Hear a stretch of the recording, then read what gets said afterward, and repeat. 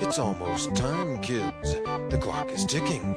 Be in front of your TV sets for the Horathon. And remember the big giveaway at 9. Don't miss it. And don't forget to wear your masks. The clock is ticking. It's almost time. And this is where there would probably be some music or something. But hey, we are here. We are recording. It's real. Welcome to the inaugural episode of Podcast Part 3, the Part 3 podcast. I am Sam Charrington, and you just heard my dog in the background. And I'm Will Morey. And you've soundproofed your son so he can't interfere. That's right. Yes. Yeah. Very exciting. We're Will and I go way back talking about movies ad nauseum into the wee hours of the morning, and now you get to listen along with us. So on a certain level, I'm sorry, but on another level, you're welcome. It should be fun. Odyssey into madness. I kind of want to explain what this podcast is and why we're doing it, and it all started when I had an epiphany about the Halloween franchise, which has been retconned over and over again. It's basically there's a third Halloween. There's Halloween 3, but there are technically 3 more Halloween 3s in the franchise because Halloween 4 follows up Halloween 1 and 2. Halloween H2O ignores Halloween 4 and follows up Halloween 1 and 2. And Halloween Kills, which just came out, ignores Halloween 2 onward and follows up Halloween and the other Halloween from 2018.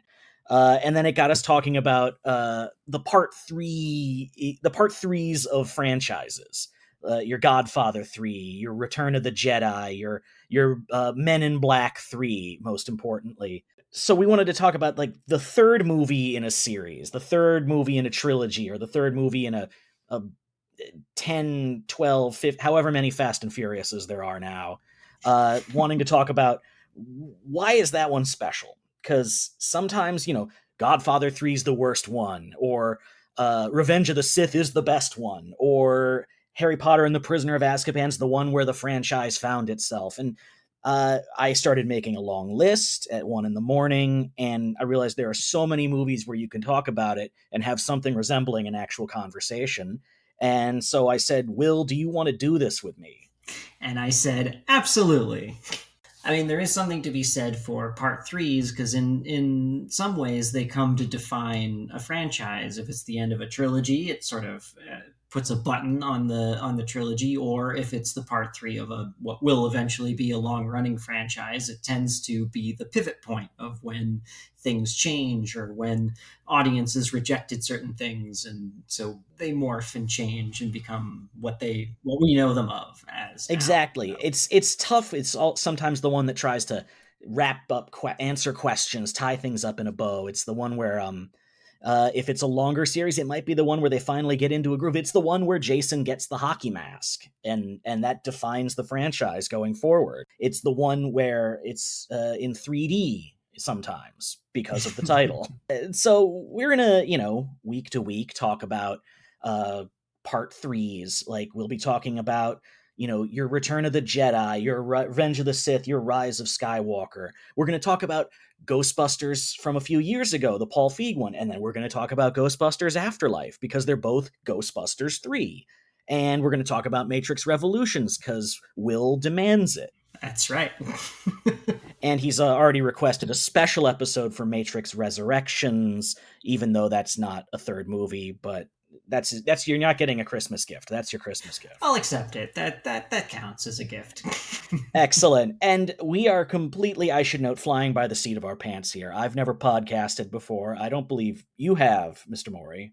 No, I have not. So this is the first for me. So we'll see where this goes. How long this gets, how big this gets. But today, as I said, we're going to start with the franchise that started it all for this podcast, which is Halloween. And what better way to kick things off than with the least essential part 3 there is, the free space, the one that has nothing to do with any other movie in the franchise or any other movie period. Halloween 3, Season of the Witch, possibly the best or the worst Halloween movie there is, depending on whether or not you really need Michael Myers in your movie. Yeah, that about sums it up. Or if you need a slasher movie, even. Or yeah, if it doesn't have to be a slash. If you watched Halloween 1 and 2 back in 78 and 81 and said, I need more androids, this is the movie for you. I need more children's heads to explode Yeah. and piles of bugs. I need more crickets, more Tom Atkins ass. I need more of that and less of Michael Myers, the symbol of the franchise. Before we go any further, I want to warn, we're going to definitely spoil this ridiculous movie, and I think also to ease people in that don't know the franchise, we're going to spoil the first two movies as well. None of that matters. That has none of that matters for Halloween 3 Season of the Witch, because back in 1982 when the film was made, original director and writer John Carpenter and his producer Deborah Hill wanted to take the franchise in a different direction and turn it into an anthology series of little Halloween-themed movies. And this was the first and only one, because the next installment in the franchise is called Halloween 4, Return of Michael Myers. Spoiler alert. He didn't blow up quite so much as we thought in Halloween 2, but we'll get to that next week. Will, what did you think of Halloween 3? Well, it's an interesting movie because it's on one hand, it actually feels more like a John Carpenter movie than the original Halloween does. It feels a lot like They Live or The Fog or In the Mouth of Madness. It feels very much like a John Carpenter movie, even though he really is only a producer, and he did do the score. So in that respect, it's sort of interesting, but it's also very slow, kind of ponderous. There's like a lot of just scenes of driving. And then once the movie kicks into gear, it goes bananas and then ends. It's you feel that first 90 minutes, and then you barely catch your breath in the last 10 or so. Yeah, exactly. And what's so I mean, there's that, but also like Tom Atkins is a fun lead, and he's like a sleazy doctor, but also like you like him, which is kind of fun. He's actually like he's a womanizer and a deadbeat dad and an alcoholic, and women want him so bad. Like, there is not a woman in this movie that he doesn't sexually harass, and they're shockingly okay with it. Except his ex-wife. Presumably she's spent like more time with him than a weekend and figured it out. Right. So I don't know. It's a wild movie, but I can see why it's gained a cult following sort of in the past couple years or decade or so. It seems like it's gotten a reevaluation, but that's just so slow. I can only imagine what, like, obviously in 1982 you didn't have the internet, so how did someone that was going into this movie that didn't know Michael Myers wasn't in it, how far in do you think they got before they realized something was way off? Yeah, I would imagine probably when the clips of the original Halloween started playing, or when Tom Atkins' ex-wife, who's the actress's name who escapes me, is from the original Halloween. That actress is Nancy Loomis. Yeah, she was Annie in the original, and in this she's disappointed ex-wife. Yeah, exactly. So I imagine once those happened, audience members would go, oh, and if they were expecting sort of more of the same, this is not what they signed up for. And then, sort of, it's probably why it's the best example to kick off this podcast, is because it is the one that defined the franchise by being what it's not. Yeah. Will, my God, you've got it. You cracked it. It's such a weird anomaly, both in like terms of a movie itself, but also like there really is, I can't think of another franchise that's like this. Like, Yeah, no, I mean that just completely disregards sort of any sense of continuity or anything. yeah, I mean, you you get like have kind of you get reboots and stuff in there. Like there's like the new Paranormal Activities just wiping the slate clean, but it's not like they don't number anything anymore, so that doesn't really matter. But I can't. This is such an I've this movie is fascinating to me. yeah, and yeah, it's so strange because you think about franchise filmmaking in the 80s, late 70s, like you have the Bond movies, and you have the slasher movies boom kind of on the horizon. um it, you don't really have this kind of, and the Planet of the Apes movies, I think, are the only other ones, and big ones that I can think of.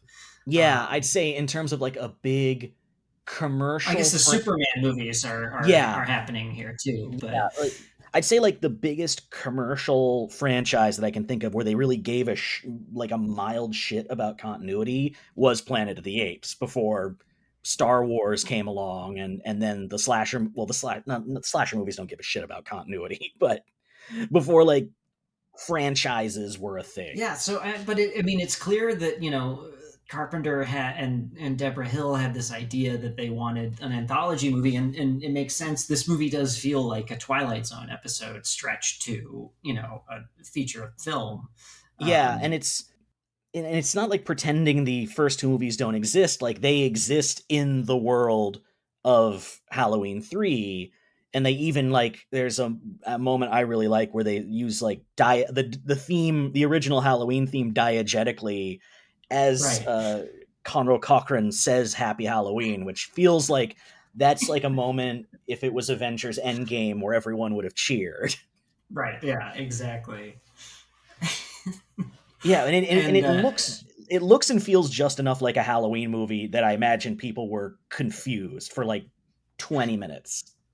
yeah. Well, and the score, the John Carpenter and Alan Howard, the score is the same. It's similar. It has the same vibe. But then once you get into it, and like it's these weird guys in suits running around killing people, and there's this weird Yeah. town in California that's bought up by Irish people. It's just And it was shot by Dean Cundey, and yeah, yeah. it's got Dick Warlock is like the stunt coordinator who was Michael Myers in Halloween 2, directed by Tommy Lee Wallace, who is one of the other members of the Coupe de Villes, John Carpenter's Oh, they're band. John right, Carpenter's right. band is John Carpenter, Tommy Lee Wallace, and Nick Castle, who was Michael Myers in the first Halloween and went on to direct The Last Starfighter. So it's That's right. That's right. yeah. And co-wrote Escape from New York, I think. I could be wrong. Yes. No, he was.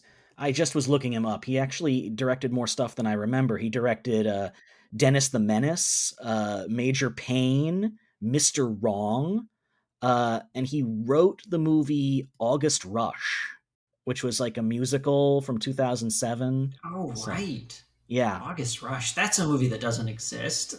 no, that's his Wes Craven's music from the heart. Yeah. Let me ask you, when did you first see Halloween 3? I saw Halloween 3 probably in high school. I didn't have like cable from the age of like 8 to the age of 17. And then like when I was about 17 years old, that's when cable internet started coming in and replacing dial up. So my folks finally got cable again. I because they probably were sick of twisting rabbit ears on principle. They'd rather pay the $30 a month to get actual reception. It was my family we had one TV in the like family room and one upstairs in my parents' bedroom, and we got about 6 channels total, but only like 3 on each. So if you wanted ABC 9 Manchester, New Hampshire, that was downstairs. But if you wanted Fox 25 Boston, that was upstairs. So we were watching Disney's One Saturday Morning in the family room, but 24 and the X-Files were upstairs in my parents' bedroom. So, but when we got cable, the only premium cable channel we had was Encore, and Encore showed all the Halloween sequels all the time. So I think I saw Halloween 2, 3, 4, and 5, and then they were always showing Terror in the Aisles as well. So it's just like a lot, like the whole Donald Pleasance catalog was in there. But I saw it then, and then I think I saw it, like in chunks. Like I saw kind of the hits. I saw the head melting scene. I saw the ending, like really bad standard definition version of the movie. But yeah, so then I think by the end of college I'd seen it in its entirety, and I like probably plowing through the whole Halloween franchise. What's your, this is like our before and after Battle of Yavin moment. When did AH3 begin? Yeah. Well, I didn't see it until the 2018 Halloween was coming out. When I got into the Halloween, I had a slasher phase when Scream came out. When I first saw Scream, and so when I watched Halloween and Halloween 2. And then what I had heard either from friends or on the internet, that Halloween 3 was just about a killer mask maker and Michael Myers wasn't in it. So I just never watched it. And like, that description is kind of right, but is not really. We're like a little younger than this era of the Halloween movies. So it was the one without Michael Myers. But had someone explained to me that it's like, well, yeah, it's about a killer mask maker, and I had just assumed it's kind of like was a slasher movie about a mask maker who was killing people. But had someone explained to me, no, it's about this crazy cult that hates people celebrating Halloween wrong, and they're trying to like just blow up people's heads. I may have watched it at that time. Yeah, it's selling it short to just say it's like the one that's not really a Halloween movie, because there's an interesting horror movie in there. I don't know if it quite lives up to the cult following, but it's definitely worth a watch. I'd recommend someone watch this over like Halloween. It's better than Halloween Resurrection. It's better than the one with Paul Rudd. Which I think actually up until maybe my late 20s was the only other one I had seen aside from the first two. That one was on Encore constantly. Yeah. It was the theatrical cut where the ending doesn't make any sense. I honestly don't remember anything about it, but I think it's just because my local Blockbuster only had Halloween 1, Halloween 2, and Halloween, that's 6, right? That's what Halloween... Yeah. And depending on what cut, they don't even call it 6, because it like follows up Halloween 5, but the franchise went to the Weinsteins in the interim, and it was like 6 years later when it came out. So it was Halloween: The Curse of Michael Myers. Right, that's right, yeah. And famously, if you know about the franchise, it went in for massive reshoots. Donald Pleasance died between regular filming and the reshoot, so they kind of had to cobble together the footage, and then there was like kind of a bootleg producer's cut that had existed for a long time, and I think it's now on Blu-ray. It's in the Scream Factory box set, so it's better. I don't know if that's that's maybe damning it with faint praise to be better than Halloween 6, but I took some notes here, and this was only last night, and some of them don't make sense to me anymore. I have dead dwarf gag written. Dead dwarf gag? I don't know. Oh, it's the dad, Buddy, the one whose kid's head melts. He's rattling off all the like famous pranks that Connell Cochran did. Yeah.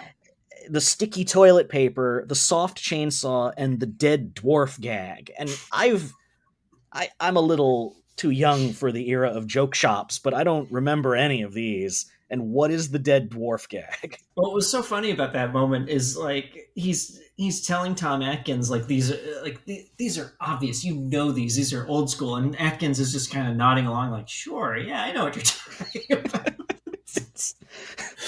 Those characters just seem like they wandered in from a completely different movie. I mean, you could kind of make that argument about every character in this.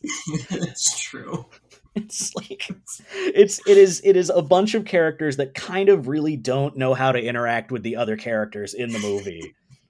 My favorite being the gas station attendant at the beginning and the end, who very wisely at the beginning Just like, drops the I'm guy off and done. just fucks off as quickly. Like, he doesn't want anything to do with this. I gotta go. Oh man. So the villain's plot is he's stolen a 5-ton chunk of Stonehenge, and he's chipping off little bits of it to put in his world famous Halloween masks, all 3 of the ones he makes, which kids will wear on Halloween and watch the big giveaway at 9 on TV, where you'll listen to the Silver Shamrock Masks jingle and watch the Magic Pumpkin, which through mystical Celtic runes and technology will make the mask wearer's brain melt and their face melt and spew crickets and rattlesnakes all over the floor. And he plans all sorts of creepy crawlies. Yeah, all sorts of creepy crawlies. And he also has constructed an army of very good androids, like very convincing androids, yet doesn't seem to think they're more than a peripheral element in his plan for world domination. Well, but it's the whole thing, right? I mean, this is like the Halloween movies. Like, this is like a Christmas movie, you know, where you go through a Christmas movie and it's like, the reason for the season isn't a commercialization of Christmas. It's, you know, the spirit of giving. This one it's, you know, Halloween has been perverted. It's not about giving out candy. It's about sacrificing children. So what you're saying is that if this movie followed the standard Christmas movie, like Hallmark Christmas movie plot structure, Tom Atkins would realize that Halloween is about murdering millions of children. Yeah, it's all about child sacrifice. That's what Halloween's all about. And it should be mentioned that Dan O'Hurley is having a ball. Oh, no, he's just having so much fun. Dan O'Hurley as villain Connell Cochran. He's most people I think know him as the CEO, the old man from RoboCop, and he's fully I would say he's the best part of the movie. He's like a Roger Moore Bond villain. That's what I would describe him as. He's like that. Like, he's so happy to be able to talk to someone about his evil scheme, because you get the sense that he only really has like robots and yes men. And so there's this whole protracted sequence where he just sort of shows Tom Atkins the whole operation and is just so excited, and just he's so charming and so happy to be able to talk to someone. He's almost giddy. It's like he's about to jump up and do a jig in some scenes. Yeah. It's unfortunate that you have to get like a solid half hour of Tom Atkins having sex with a 23-year-old to get to the villain of this movie. Right. Yeah, you almost kind of want the movie to be set in the town already, that they don't have to go there, and Tom Atkins sort of figures out that something's up. I don't know. Yeah, like the whole like road trip aspect just seems so superfluous. I was thinking this movie's best when it almost has like kind of a Joe Dante Howling vibe to it, when it's a little bit more self-aware, and it's got a lot of similarities to The Howling. I was realizing, like, that's like the secret community up in Northern California and the old British sort of patriarch of it. And I feel like maybe like you have done it, if you've done it that way with like Cochran as like more of a public figure, he's more of a like a Halloween fixture. Like he's, I don't know what the equivalent would be, like a Walt Disney, but for Halloween, Spirit Halloween stores. Right. Yeah. Yeah. I like the actress that plays Ellie. I liked her. I've seen the movie a few times. I watched it yesterday, and I like her in this. They don't make her like until she's either she was a robot the whole time or she turns into a robot. She's like confident and sardonic, and I feel like they wrote her and that she performed it in a really nice way. It's just that like she's like all over Tom Atkins as soon as they get to that almost hotel room. Immediately, yeah. She's like, she wants him. It's just, I looked, he's more than twice her age. He was 47, she's 23 when this movie came out. That's like, I can't sleep on the couch. Well, where do you want to sleep? Oh, don't ask me that question. That's a stupid question, Miss Grimbridge. I like just there was a moment early in the movie that I really liked where she her dad is sort of the guy that gets the plot in motion, and he owns a mask store. He discovers the big plot. He ends up in the hospital where he's murdered by a robot, like an android, in one of the many great android kills in this movie, where he just sticks his thumb and his forefinger in the dad's eyes and just crushes his skull. She comes in to like identify the body, and her reaction is almost like at first she's like, well, let's just get it over with. And her reaction is not like freaking out. It's more like, oh, that is bad. Like she's like, oh, how bad could it be? Oh, damn. Like it's just a subtle, and then for some reason Tom Atkins is just standing in there watching her react to her father's brutalized corpse. But then he like 20 minutes later heads up the coast with her with no extra clothes and a 6-pack of beer. Yeah. He abandons his kids on Halloween weekend to be with this new daughter of his to solve the mystery of the guy who got murdered on his watch. Yeah. I guess. I don't know. Yeah. Though you get the sense that if he stayed in town, he was going to dump his children to hang out with the coroner lady instead. Right. You know, because he has a relationship with the coroner lady, and then his head nurse he spanks. Yeah. You know, she's okay with it. She's okay. She knows she's way too old for him. Yeah. She's age appropriate for him. But yeah, it needed more of like the creepy old timey toys. It needed more of that, like you know how you look up like creepy old Halloween photos. It needed more of like that vibe, like new Halloween versus like creepy old Halloween. Right, or even like just an extra step in the mystery, like they go to the father's novelty store and look at like the Silver Shamrock novelties or something, to just sort of add a little bit more menace, because it just feels like there's 45 minutes where nothing really happens, and then they go up to they get up to Santa Irish Mira. town, and then everything happens.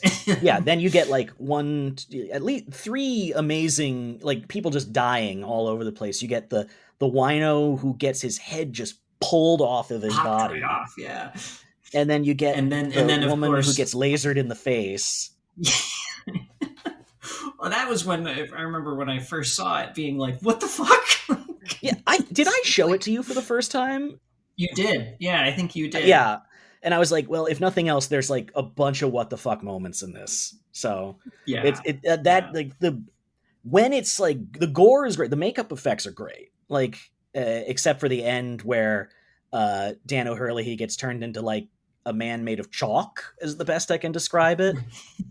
Like he gets hit with like Stonehenge lasers him, and he just turns into like, I can only describe it as like a scrimshaw sculpture.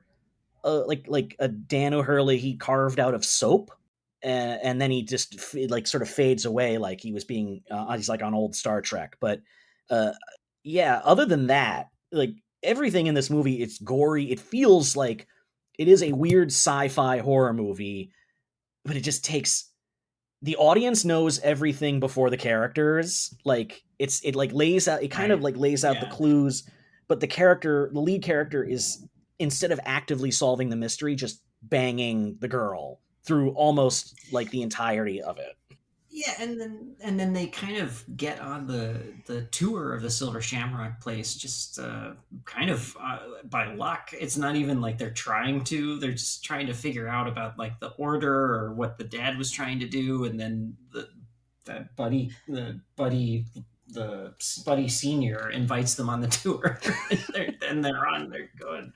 They don't have to do anything. No, it's like the story is interesting, but it is like the plot structure is very slow. It's the kind of movie that you feel like if John Carpenter had done it, it would have, that slow burn would have felt more earned. Like the first Halloween builds and builds and builds, and then there's like the only real action is the final act of the movie. Right, or They Live is like that too, because Yeah. it has a big slow burn until sort of everything goes. Carpenter's really good at that, sort of building up tension and making things interesting, even if nothing really important is happening. But Yeah, this, and he's all about world building. Like most of his leads are like not active at first. It's like they're sort of taken into like Roddy Piper, just sort of like we're just following him into this world. He's not seeking out what the mystery is. And I'd say the same thing right, goes for, you know, Snake Plissken's kind of thrust into his situation, and then that's how we learn about the New York State, the New York Island prison, or uh, Big Trouble in Little China is the same way, I think. And yeah, yeah. it's you have to know how to handle the plot really well and the world building really well if you're not going to focus on the characters. Right, exactly. And here, I mean, you kind of have a similar vibe with Tom Atkins. He's kind of along for the ride, really. But it just, because there's nothing really interesting about Tom Atkins or his home life or his relationship with his kids or a relationship with his wife or Yeah, anyone in the hospital. It just kind of feels like nothing. and it's I don't think they intend for him to seem like such a piece of shit. It's Right. not Snake Plissken. He's not like an anti-hero. It's Yeah. it's just if they made the movie now and they did it exactly the same, whoever played him would be, or at least seem, 10 years younger. It would be Right. Chris Pine, it would be Tom Cruise, it would be someone that felt a little more sympathetic. And not to say that Right. Tom Atkins isn't doing a good job, but he's he's not sympathetic in this role, and he's supposed to be our Right. hero that we're rooting for. Opposite Connell Well, Cochran, who is so magnetic as a villain. right, exactly. Well, and what's so funny about this as like a franchise entry is that also, like, the first two Halloween movies, the main characters are teenagers, and it's geared towards teenagers and sold towards teenagers, and the hero of this is some middle-aged doctor. Kids, kids, to the Zoomers that are avidly listening to this podcast, I implore you, go watch movies from the 80s. Go watch the original Ghostbusters. All the heroes, the romantic lead, they all have receding hairlines and look like your dad. Tom Atkins is not an anomaly. That's what leading men looked like in the 80s. Right, but there's also, I mean, it's just, the thing is like so much of the Halloween and Halloween 2 is predicated on teenagers going to see sort of themselves, and that's kind of what kicked off the slasher boom. Yeah, And it just it's like, well, here's the third entry, it's and Tom Atkins. and it is an interesting way to kick off. Yeah, like you said before, it's in its attempt to completely break away from the cliche. And by 1982, like, the slasher movie was firmly a cliche already. uh its attempt to break away from that and redefine the franchise ultimately doomed the franchise to follow the same formula over and over and over until, honestly, until the latest Right. movie. Yeah. So, I mean, it sort of is a perfect example of what a part three, what happens with a part three. It defines the franchise in one way or another. Yeah. um the big giveaway is going to get a 43 share, which is insane. That's 43% of all TV viewers are watching it. I got really in the last after that I got really hung up on which channel didn't take down the Silver Shamrock ad. Right. Well, he got to two, He got to right? two of And then them, the third one, didn't. he couldn't. He either didn't get to them, they didn't turn it off in time, or right. That's the way I it guess that's shakes the out. implication. So I had a theory. So I did a little digging because also this is 1982. It's not like there were only 3 channels. The cable existed at this point. So I was like, what else? What were other people watching? Um, and indeed, NBC and ABC at 9 p.m. on Halloween night, 1982, were showing movies of the week. One of them was showing something that like had like sounded like a sexy brothel comedy. It didn't seem like a horror movie. I should have written down the title. And the other channel was indeed showing Halloween, like they say in the movie. Oh, wow. Yeah. But CBS had a new Jeffersons on at 9 p.m. So my theory is like they were like, hell no, we're not going to preempt our new Jeffersons episode. That's a 26 share, easy. You know, it's people like there's no football because there was a players strike in 1982. I looked that up. So they didn't have football that Sunday. So CBS is like, we need the ratings. We are not. They paid for this ad space. We're not turning this off for some lunatic. It's like it's one ad, and then it's the Jeffersons, and that's a big deal for us. I was curious what else was on cable. On MTV that night, they were showing an Ozzy Osbourne live show that was setting up his album Speak of the Devil. So all the metalheads lived through this Halloween. And then on HBO, they were showing Halloween 2. There you go. So wow, some people, because Halloween exists in universe, presumably skipped the original Halloween that was going to be on CBS or NBC because they hadn't seen Halloween 2. So they skipped and watched Halloween 2 instead, because that presumably exists. This is the thing. This is why we're here, Will. Here's my question about the villain, about O'Hurley's plan, right? Yes. Did the kids need to be wearing the silver shamrock masks for their? They did, right? They needed to see the commercial and wear the silver shamrock masks for their heads to explode into bugs, right? It's specifically the lasers, the magic Celtic Stonehenge lasers. If they hit your head, bugs and snakes will come out. Because when he throws them at the end and it hits the robots just deactivate. So I imagine they're destructive no matter what, but I guess if you just left it on the table and weren't in the room, it would just kind of, like the mask would catch on fire. I don't know. Yeah, so, I mean, how many kids, one, are watching Halloween at 9 p.m., and two, how many of them are still wearing their masks? Well, the ad tells you to put your mask on, so they covered. Oh, they thought that's of right. that. That's right. Yeah, I missed that. That plot hole is covered. And as you could see from the Halloween montage, everyone in America has paired their costume with a silver shamrock mask, because a skull, a pumpkin, and a witch go with everything. That is a great sequence where you see everyone trick-or-treating and the song's going. Like, that is a great, like, just pretty scary sequence. There's some really cool shots in that. So the shot of the kids up in the Hollywood Hills, just like that, the Hollywood Hills and all the, like, the visual of like those like hills overlooking the city in California always creeped me out growing up, because I found them really creepy in E.T. Yeah, because there's like a weird sort of unsettling menace about those. Yeah, there's always like that sunset. Like, I think this is the first of a few movies we'll do that are set in like Central Coast or Northern California that are really like good and creepy. Like the first Scream is kind of set in that area as well. Yeah. And it's like California's doesn't get, I don't think it gets the credit for how creepy it can be when you do it right. Yeah, it's weird. It's rare. I mean, I guess some of the, like A Nightmare on Elm Street, I guess do they give it?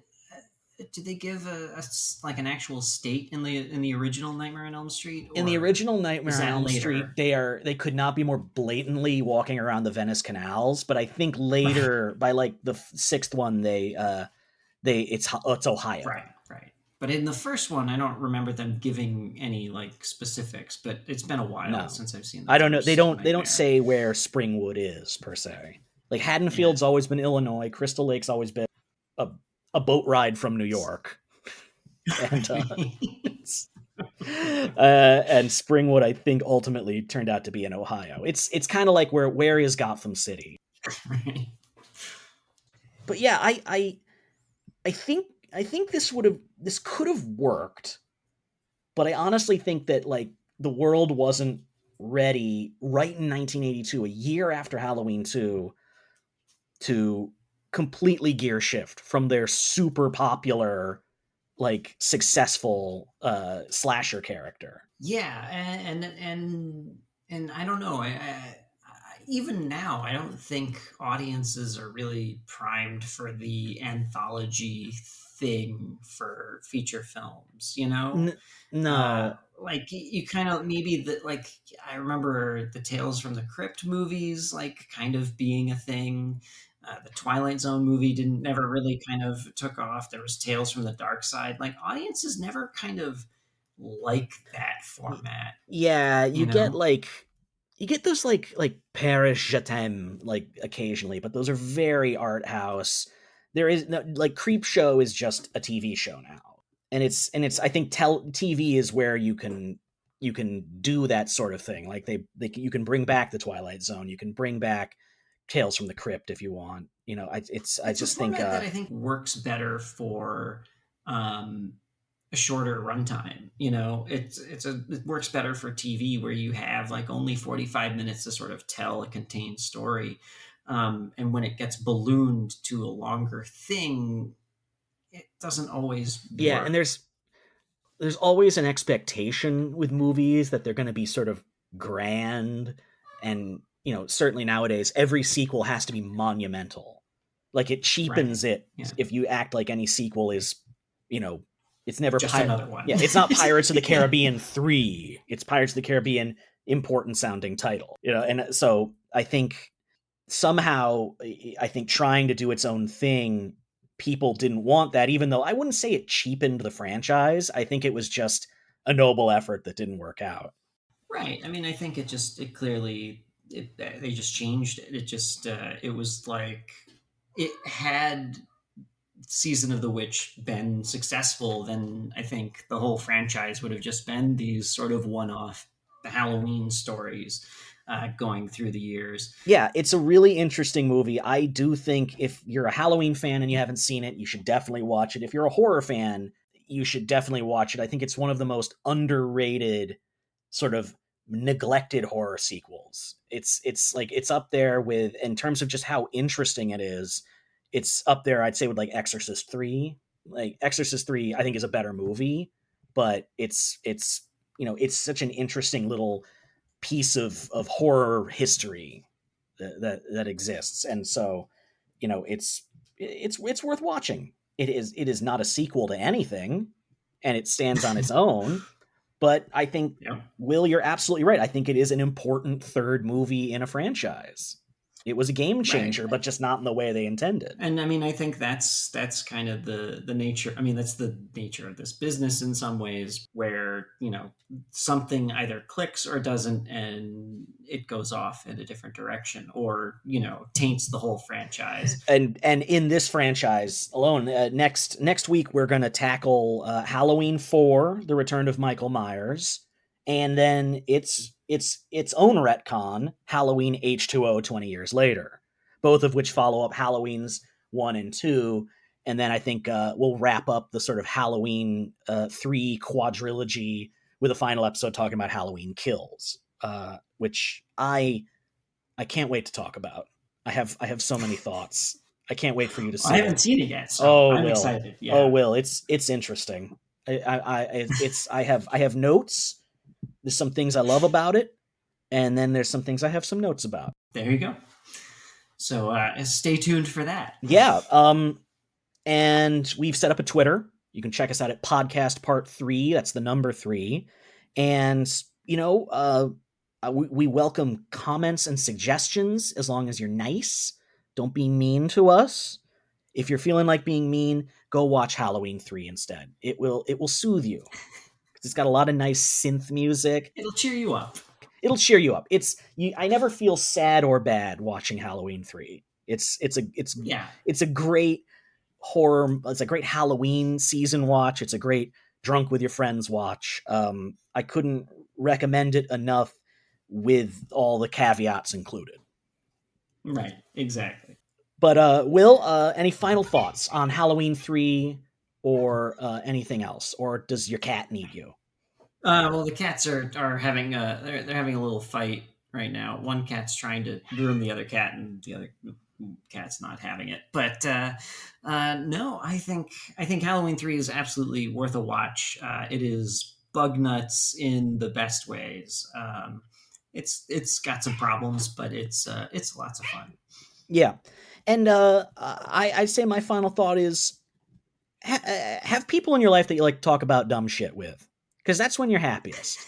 Like, that's right. Maybe it's frittering away the hours to talk about schlocky movies with children's heads melting in Halloween masks, but it's the thing I love the most, and that's kind of why we're doing this podcast. And I am looking forward to it because we got a long list, Will. We got like so many movies to get through before we even get to do stuff like Death Wish 3. Yeah, and we've got a lot of movies that tie into bigger movies that are coming out, and so it'll be fun. Yeah. It'll be good. All right. Well, I think your cats and my dog have had enough of us. So, folks, we will say have a very happy Halloween next year, and have a happy Thanksgiving, though this may actually drop after Thanksgiving, so I take it back. But, Will, until next time. All right. All right, buddy. All right.